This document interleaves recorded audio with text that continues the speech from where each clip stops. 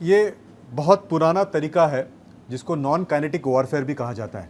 यानी इसके अंदर कोई बम धमाका नहीं होता है, कोई खून खराबा नहीं होता है, ना कोई आवाज़ होती है, लेकिन आपको नुकसान पूरा करने की कोशिश की जाती है। सत्य, अर्धसत्य, माना हुआ सत्य व झूठ, इसका सहारा इसके अंदर लिया जाता है। और ये करने वाले दो लोग होते हैं, एक विदेशी ताकतें होती है और दूसरा आता है जिसे कहा जाता है एनिमीज विद इन। ये दोनों मिलकर करते हैं। करने का कारण क्या होता है? तो स्वार्थ होता है। विदेशी ताकतें का स्वार्थ ये होता है कि आपके अंदर जो मैन्युफैक्चरिंग हो रही है, आपके यहाँ पे जो इंडस्ट्री बन रही है, उसको रोका जाए, आपकी प्रगति को रोका जाए, आपका नाम बदनाम किया जाए। और आपके जो एनिमीज विद इन होते हैं, उनके कई कारण होते हैं। एक कारण हो सकता है कि वो सत्ता में आना चाहता है, तो इसलिए सत्ताधारी पक्ष को बदनाम करने की कोशिश करे। दो हो सकता है कि उसे कहीं से फंडिंग मिली होती है, पैसा मिला होता है, उसका कोई हित होता है। और तीसरा, कई बार ये फिलोसॉफी के लिए भी किया जाता है। लेकिन ये जो विशेष कारण होता है, हमने देखा कि 2 बार हुआ है। दिल्ली में जब ट्रम्प साहब आ रहे थे, तब भी दंगे कराने की कोशिश की गई, और अब जब G20 हो रहा है, तब भी जानबूझकर इस तरह से अनारगल बका जा रहा है। ये करने के पीछे का 2 कारण है। एक, मोदी जी ने जो गत 9.5 साल में काम किया है, उसको कम दिखाने की कोशिश, कम आंकने की कोशिश। 2, ये बताने की, देखिए कितनी तकलीफ हो रही है, कहाँ पे ही है। लगता है कि ये जानबूझकर हिंदुस्तान को बदनाम करने के लिए, हिंदुस्तान ने जो पिछले 9 साल में प्रगति की है उसको कम आंकने के लिए। 2 दिन पहले ये जो आया था कि जीडीपी का जो ग्रोथ है वो 7.8% हुआ है, 7.8% हुआ, जबकि अमेरिका का और चाइना का बहुत कम हुआ है।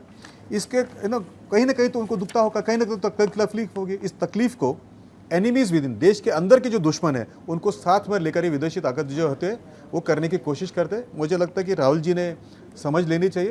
एक पुरानी पार्टी से है, हाँ, ये हो सकता है कि आज उनका अस्तित्व बहुत डावाडोल है, लेकिन उन्होंने इस तरह से बातें नहीं करनी चाहिए थी। और ये इसको एक और चीज़ इंग्लिश में कहा जाता है व्हाइट मैन सिंड्रोम। ये जो बार बार विदेशी लोगों का जो सहारा लेते हैं, यानी एक न्यूज़पेपर का नाम लेते हैं जो विदेश में छपता है, वो अरविंद केजरीवाल जी है, वो भी बार बार न्यूयॉर्क टाइम्स का नाम लेते हैं। इनको हिंदुस्तान के कोई न्यूज़पेपर नहीं मिलता है क्या कि जिसके बारे में चर्चा करे, उसके चर्चा करने के लिए उनको कहीं मौका नहीं मिलता क्या? तो ये व्हाइट मैन सिंड्रोम है। विदेशी लोग ज़्यादा पसंद है, देशी लोग कम पसंद है।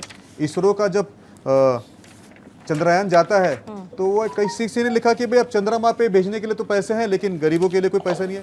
भाई ये भी तो चर्चा करिए कि 80 करोड़ लोगों को मुफ्त राशन मिल रहा है। ये भी तो बात करिए कहीं पे कि भाई 9.5 करोड़ गैस सिलेंडर दिए गए और 75 लाख और 9 सिलेंडर दिए जाएंगे।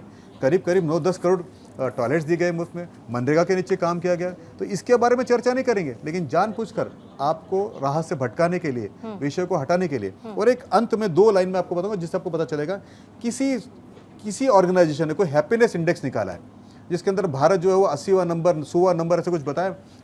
लेकिन हंसी की बात यह कि उसके अंदर अफगानिस्तान हमसे आगे है। अब ये उनका इंटेंशन देखिए कि करते समय वो ये भी बुद्धि नहीं लगाते हैं कि झूठ भी अगर बोलना हो तो थोड़ा तरीके से बोले ताकि हम लोग उसको मान तो ले। ये वो लोग हैं जिन्होंने दुनिया पर राज किया, ये दुनिया को अपने गुलाम समझते हैं, उपनिवेशी काल से आते हैं, उपनिवेशिक मानसिकता से आते हैं। तो इन लोगों का हमने विरोध करना चाहिए।